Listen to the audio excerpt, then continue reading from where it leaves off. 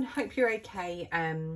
Welcome along to my budget video this month. So this is my April budget. I had really good intentions for March's budget, and then life threw a few curveballs, including like a really big car bill, and I ended up like investing in a business, all of which kind of really wasn't in the budget. So I've kind of gone back to basics with this one, and for those of you that you've been following me, it's only kind of like my third month of budgets, and so already they've looked very different. And also this month I went part-time, and I finally found out what my part-time salary was going to be.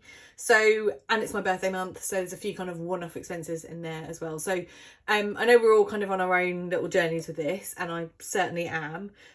So just because obviously this is the way I do things, like, feel free to ignore anything or tell me I'm being ridiculous about some things, because it is very much still a learning curve. But what I learned last month was the unexpected stuff happens, and we just need to be able to kind of react to it. I guess a lot of this is about planning, and like that's really good, but I guess until you get to a certain place where some of your funds are in a certain, especially the sinking funds, it's like in a certain place, that's always not always going to kind of be practical in the short term. So I'm going to completely redo how I do sinking funds, and I'll do a different video on that, but you will see some kind of differences in my budget around it.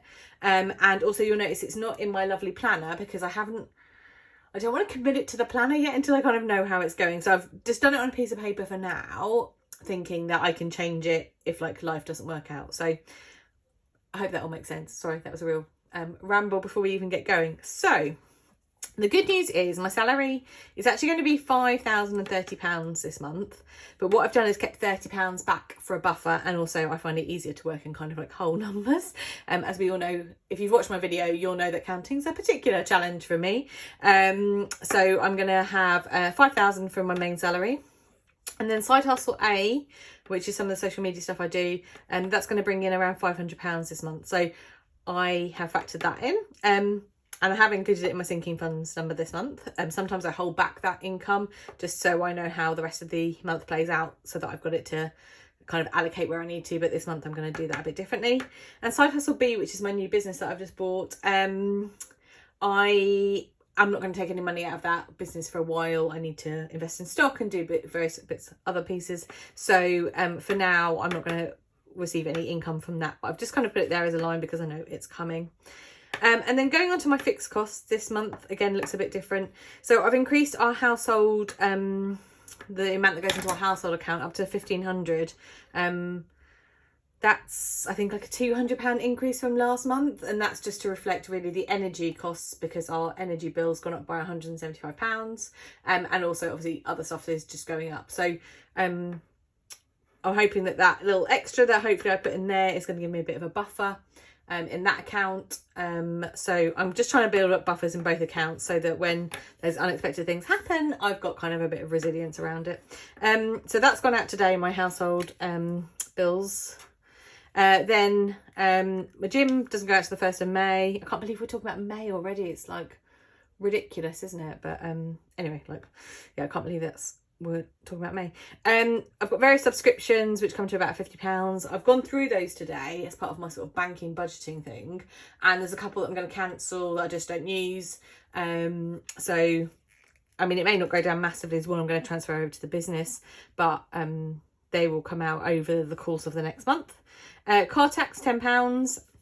I had been hoping that should my car bill have not been too big, I would have been able to do a sinking fund and pay off all the car tax. But because obviously that car bill was so big, I've not been able to do that. So I'm still paying monthly, but the aim is for this time next year when it renews that I can have a sinking fund ready for it. So that's going to look a bit different. Loan of £750. I've put tax, but it's actually, I need to pay an accountant for something that's £180. So I've paid that. That's kind of a one-off fixed cost that I won't be paying again. And then it's one of my friend's birthdays, and we clubbed together for a birthday gift, and my share was 140, so I've paid that today as well. So higher than usual for me, but there's a couple of unusual things in there. But obviously going forward, that 1,500 is probably going to stay at that level. But now I know that my salary is kind of going to be up there, that I'm comfortable with that. So my fixed cost is going to be 2,550 this month.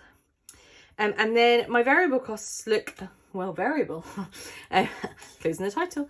So the first one's food, which is £300, and I've reduced that from previous months, mainly because my husband's working away at the moment. So food for me covers everything I buy at the supermarket. So the dog's food, our food, toiletries, cleaning products, anything that I basically buy at the supermarket.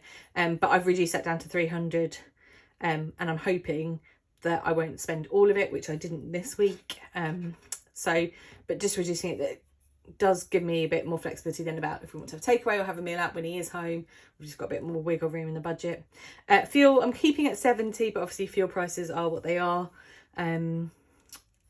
But I'm not driving too much. And actually, I can't buy petrol in my town at the moment. All the petrol stations are out for some reason. So I can't even buy fuel if I wanted to. So that.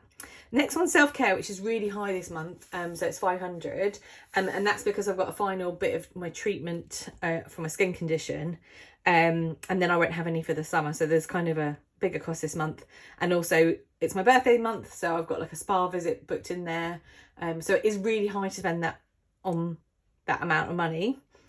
But it's a one-off, it's my birthday, and I feel like after the last couple of years where I've had lockdown birthdays, I just want to do something really nice. So that is really high this month. It will absolutely drop next month. But this month, it is like high at 500.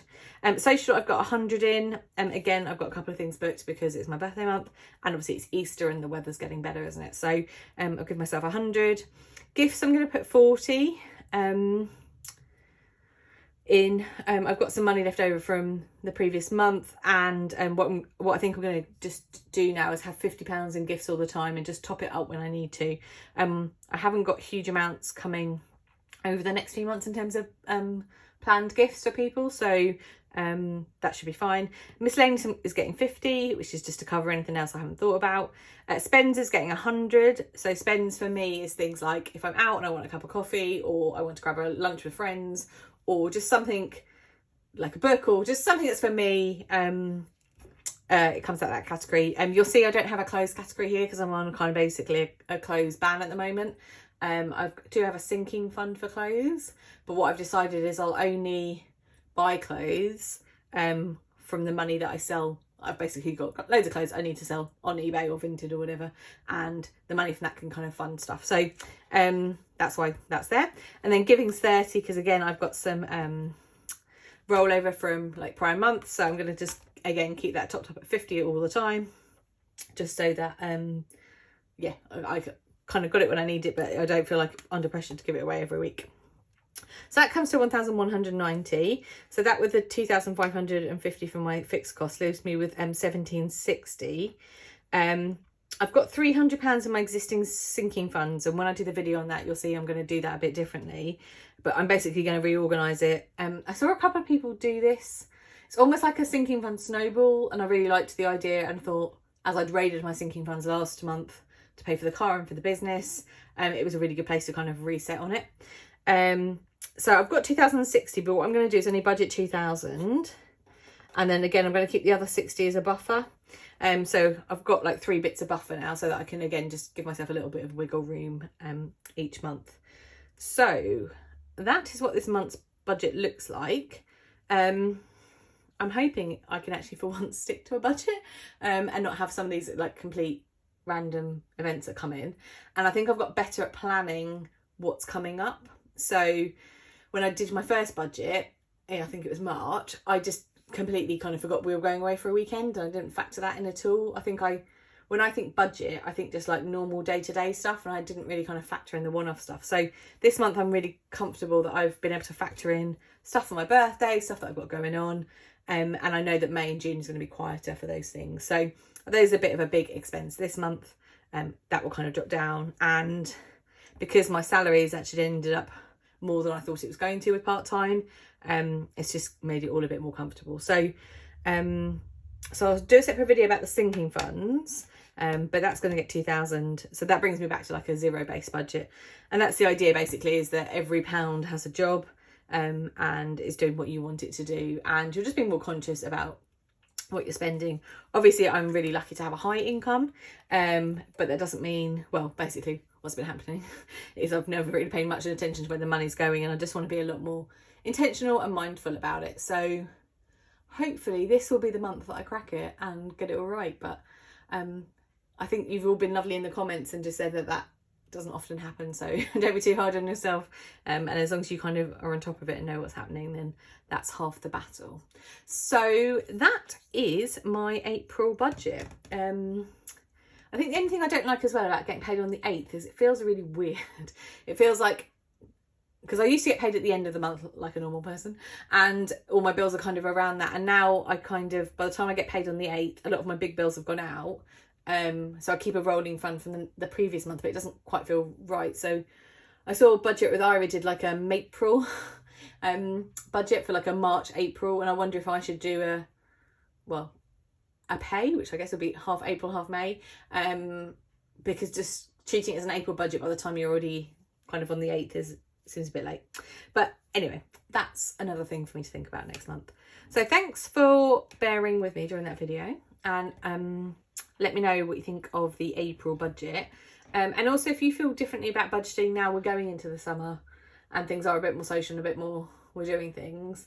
I think in the winter it's quite easy to commit to nothing. Like just over the last week I've just been out a lot and seen a lot of people, which has been lovely, but obviously that all kind of comes with a cost. So it's just, I guess, getting that balance right, isn't it? Which is what all the budget stuff's about, really, isn't it? So I hope you stay safe. I hope you're well, and I will see you in my next video.